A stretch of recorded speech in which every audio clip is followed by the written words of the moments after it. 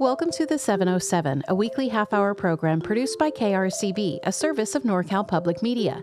The 707 features voices and stories from your community, stories about our local environment, and stories that show how we are connected to each other. I'm your host, Michelle Marques. This week, I'm bringing in my colleague, Hannah Lee, one of our station's television producers, who's been working on a new documentary series. It's called Generations California at 250, and it explores California's history through intergenerational conversations. Hannah also writes a really cool monthly environmental newsletter. It's called Our Planet, Our Voice, where she shares stories that help us think and care about our natural world in new ways. So, like a good mashup, why not put them together? She is having her own intergenerational conversation and writing about the experience in her newsletter. And because she's also recorded it, we both thought it would be really fun to collaborate and bring this to you on the 707. Here is Hannah. Thanks, Michelle. On a breezy afternoon in May, I sat down at a park for a conversation with Gail Yamamoto Seymour, a lifelong environmental scientist in Sonoma County and a third-generation Japanese American. Let's see. My education is, I have a bachelor's in environmental studies with some ecology, and that was back in the 70s, so there weren't a lot of environmental studies majors going on, so a lot of it was, self-directed. We took certain classes. I'm not going to go through all the jobs that I've had, but started out, I wanted to save wildlife, but I ended up with the California Conservation Corps under Jerry Brown in his first administration in the 70s, and ended up working with people, young people. Kids, troubled kids who were on parole. Loved them all, great people. And we did conservation work, a lot of environmental education. I first met Gail at a screening event that the station hosted, but I didn't really start getting to know her until a few months later when she replied to my environmental newsletter called Our Planet, Our Voice. Outwardly, Gail is personable and funny, but something about her eyes and the way that she speaks reveals this sharp tenacity, one that I suspect has been acquired over years of fighting hard environmental battles. Worked at the California Energy Commission for a decade, and then my last job was with the California State Fish and Wildlife out of Santa Rosa. I worked there for 20 years, and my job was watershed restoration for the recovery of coho salmon, an listed endangered species, and steelhead trout, also listed species as threatened. And then I retired in early 2018, and I'm a grandma. I have 5 grandkids, and Wow. I consider myself a citizen scientist. I also take care of my mother. I caregive. She lives with me. She's 101 years old now. Oh, wow. So yeah, I'm pretty busy, but yeah, I just always been wired to take care of the earth and take care of people and my family. And I think I have a lot of energy for that still. Over our conversations, I've learned that we have a lot in common. We're both passionate about the environment. We're both Asian American women in historically white, male-dominated professions. We both grew up in culturally conservative homes where being outspoken environmentalists has kind of made us into black sheep. Most of my life, I believe that we need to scare the hell out of people to get them to realize, hey, and that's what I've done. I've kind of been known as Debbie Downer, from SNL. Because, even when my kids were growing up, it was like, oh, God, she's going to go off on that tangent about something, about... Planet's doomed. Yeah, like endangered insects are dying. And my kids are like a lot more tolerant now. They're in their 40s, but back then they're going like, oh, here we go. That's my family too. My parents, they're like, oh, let's grab lunch. And I'm like, hey, did you know that we're living through like a 6th mass extinction? You ever think about that casually? My father said to me, how did you get to be so weird? I didn't raise you to be weird. But despite our similarities, it's clear that Gail came up in a different and much more challenging time for people like us. She tells me about her experience as a park ranger in the 70s, surrounded by male coworkers. I was treated so horribly. Treated really badly. Still, there's a lot of microaggressions still. Back then it was macro. Being looked at as insignificant. I was called names. And I was pretty shy and introverted back then. I still am an introvert, but I never said anything. You know what? I just ate it. I just absorbed it. And I just was on a mission. that I was going to save wildlife, right? No matter what. When I was with supervised crews in the Conservation Corps, and I worked for the Bureau of Land Management up in Redding and Susanville, I was so mistreated. I mean, it was called the most horrible names you can imagine. But how did you not get discouraged and just like bogged down? I mean, you just stayed with it. I hate to say this. I don't know. I've thought about that many times because I was the only woman in most cases, the only person of color. The only time I spoke out was when I was with the Seas, and we were in Murphy's, California, which is pretty backcountry. And afterwards, all of us crew supervisors went to the local restaurant bar in Murphy's, and one of the guys is black, and they wouldn't serve him. And my lid, whoo! Oh my God. Yeah, I was. So you lost it on behalf of somebody else being mistreated. I don't know if that was passed down because, when you think about who my grandmother was, my mother's mother, from Japan, very reserved, didn't say anything even when they were kicked out of their homes. That whole generation, silent Americans, which I thought was I still am shocked by that now. They were all, I didn't even know about what happened to my parents and my grandparents until I was in high school. But I think that generational trauma, I think it might get passed down. I'm just thinking of this now. I've never thought about this until this conversation. But why was I that way? I'm not that way now as I've gotten older, but yeah, I didn't speak out, but I spoke out for that one person. And I would have spoken out for my dogs or animals. Yeah. Yeah, I used to get mad at my dad for stepping on spiders and things like that. Yeah. I would step out for that. But I don't know if it's an Asian thing or if it's that generation plus Asian. Mm-hmm. Plus being a woman. I think that we're taught to be tolerant. Of course. With everything Gail's seen throughout her career, it's no wonder that she sees an obvious link between the oppression of humans and of nature. When it comes to the environment and wildlife, and when it comes to people who are marginalized and underserved, it's the justice thing that gets to me, right? It's not just, it's wrong. I just want to make sure that coho salmon persists throughout eternity, and it's not even just that, it's they deserve to live on this earth. They've been here for millions of years, and then we just taken all their habitat and blah, blah, blah. This is wrong. It should not be this way. Yeah, it's right and wrong, and it's justice and injustice. I think that's at the core. It's the whole thing with environmental justice with climate change. People don't realize that they're the ones that are going to suffer first and the most during a drought, during a wildfire, during flooding. Gail's touching on an important point here. Environmentalism is at its core a justice issue, including justice for people.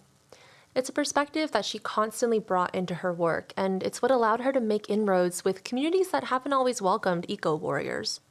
During her time with the Department of Fish and Wildlife, Gail was part of restoration efforts in the Salmon Creek watershed, whose regional stakeholders included lifelong agriculturalists like Joe Posey, a fourth-generation rancher. We featured Joe in the very first episode of Generations, our new television docuseries, and had a really fun day of filming with him on his ranch. But Gail has a different take. I have a pretty long history with Joe Posey. Really? Joe Posey just took one look at me and no. We were adversarial. It was really bad. He said, I don't want you coming in here trying to recover salmon, because if you do that, the more endangered species we have, the more regulation we're going to have. This is a big surprise to me, because during filming, Joe was outspoken about his conservation advocacy and his passion for stewardship. But Gail explains that he knew environmental regulations would only make things more difficult for this already hard-strapped community of agriculturalists. Still, she had to find a way to make it work. I was looking at dealing with getting more attention for the impaired water body, which would lead to getting federal money to make corrections. I see. And, I think Joe was one of them. They were like, we don't want to do that. We don't want the feds on our backs now. So anyway, I backed off. And I actually stopped it. I thought, nope, I'm not going to talk to the feds about that. Interesting. So you thought to yourself, okay, if I can't get the community on board with this, then it's not going to work, essentially? No, I just think there were other ways for us to improve the watershed and water quality without pulling in the feds, because I didn't work for the feds at that point, and I wasn't in a situation where I could call shots on what they were going to do, if they were going to come in with a hammer. Yeah. And I think that built trust right there by me being able to work with them, but backing off if I needed to, and listening to them and understanding their fear. Yeah. I think anybody who goes in and says, you need to be doing everything possible to protect water quality, protect coho salmon, protect steelhead trout, protect, the landscape, whatever, in spite of your livelihood, and that's just the wrong approach. Today, the broader environmental movement finally seems to be catching on to what Gail has known for a long time. If we're ever going to move the needle, we need solidarity, not alienation. With the climate crisis now more urgent than ever, many organizing campaigns have made a big push for coalition building in recent years, especially across the political aisle, and they're making some major progress. But is it enough? Not an easy question, but one we'll tackle in the next segment of the 707. This is KRCB. I'm Corva Coleman from NPR News with a little something to kickstart your mornings. Sonoma First News is a weekday morning podcast with the top local stories and weather updates from across Sonoma County. From Petaluma to Bodega Bay, Sonoma First News has you covered. Subscribe now through KRCB's website, on the NorCal mobile app, or wherever you get your podcasts. Sonoma First News from Sonoma County's NPR station, KRCB-FM. Welcome back to the 707 on KRCB. I'm your host, Michelle Marques. My colleague, Hannah Lee, is bringing you an intergenerational conversation on climate justice, featuring lifelong environmentalist Gail Yamamoto Seymour. As a young professional in the world of environmental reporting, I often feel conflicted on how to talk about climate change. On the one hand, we're continuing to extract, consume, and emit more than ever before, with little sign of reeling things in. On the other hand, we also know that doom and gloom is not the most effective way of reaching people. In fact, it can just create more apathy. So how do we get people to care and then act? Well, I think that we have to be pragmatic and not idealistic, especially for me when in the 70s. Can you imagine how idealistic we were? Like love and peace, and we're going to save the environment and Flower the wildlife. power. And exactly. So bringing it home to those people to say, okay, you don't even have to be an environmentalist or worry about what's happening with the drought, but think about how it affects you and your family. I mean, that's what I'm finding. I've been finding this for years. It's gotta hit directly to that person. I'm not saying that there's selfish people, but most people will do something when it's worrisome to them or there's a value in it for them, then they're going to act and they're going to speak up. We're all going to protect what we value. So if you bring it home to this is what you value almonds, but you're not going to have almonds if there's no bees, then it's like, okay, let's protect the bees. Right, right. Cause and effect. So we need to ground our solutions in realism. It's true that no individual can fully solve climate change on their own, but there are many things that we can do to tangibly improve our local environment and the well-being of the people that depend on it. It just so happens that all of that work also benefits the climate. Centering hope in solutions has become a hallmark of the modern climate conversation, and research shows that it's a much more effective approach to getting people on board with taking action. But I have to admit that finding grounds for optimism has been a challenge, especially as we blow past emissions targets and cross ecological tipping points. In some ways, our climate future feels more uncertain today than ever before. Can I ask you a very cynical question? Do you think there's hope for climate change? Do you feel like it's a solvable problem? I mean, it's a solvable problem, but do you think we're going to solve it?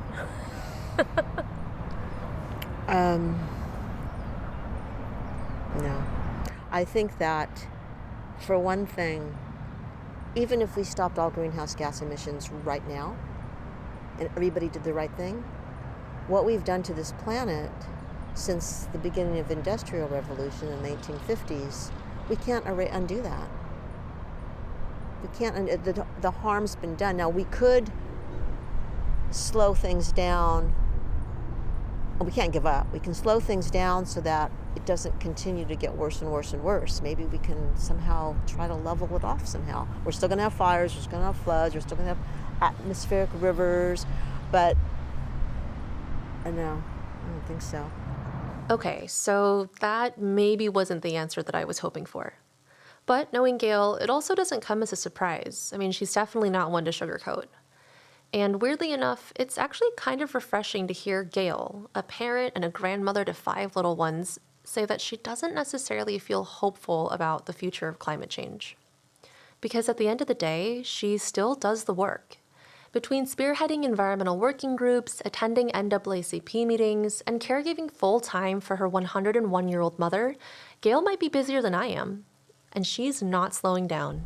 I don't know if I have anything that I can say for the future, but I will say that when you look back on what we've done against all the odds, we've cleaned up the air. You're too young to remember what it was like driving through Los Angeles and the sky was orange, like it just had a wildfire, but it wasn't, it was smog.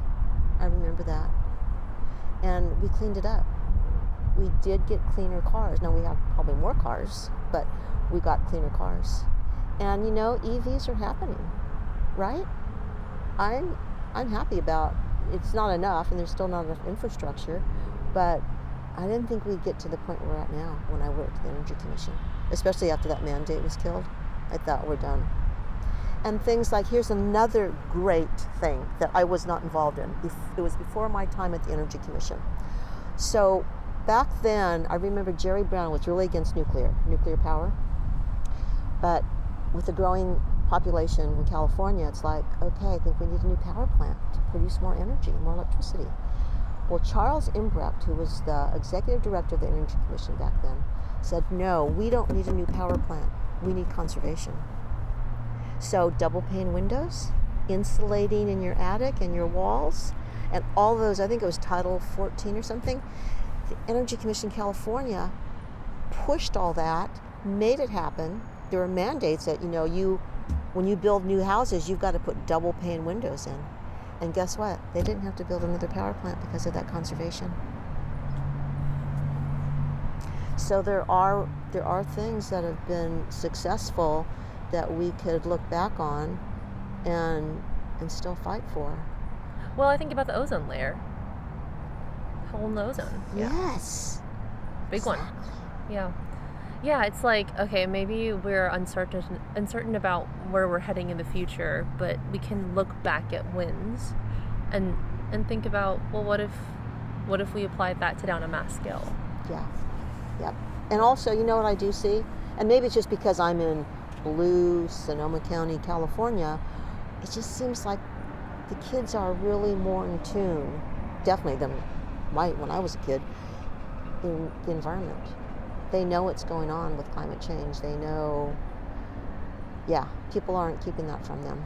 They're not painting a rosy picture, which is sad because I think I didn't have to grow up with that worry like your generation and younger people with that climate change issue over your heads. But yeah, I think there's quite a bit of an awareness. And as a young person dealing with the anxiety that comes with this awareness, Gail's perspective gives me a sense of hope, even if she herself isn't an optimist. Because climate change isn't an all-or-nothing kind of fight. Every little bit of warming prevented counts, and the only real path is forward. Hannah, I really like this ending on an idea of youth really being aware of climate issues, right? Because that means that there's hope. If you're thinking about it, there's hope. Yeah, absolutely. I think that conversation is sort of twofold. On the one hand, it's so important to give education and awareness to the fact that this issue is even taking place and how it affects our day-to-day lives. And then the second step in that conversation is then talking about what's happening? What are we doing about it? And that really empowers folks with a sense of agency, that they can take action and affect these larger issues. And how can people find out more about your blog? Yeah, so we write an environmental monthly newsletter called Our Planet, Our Voice, and it shares stories that help us think and care about our environment in new and fresh ways. So you can read it at norcalpublicmedia.org/OPOV.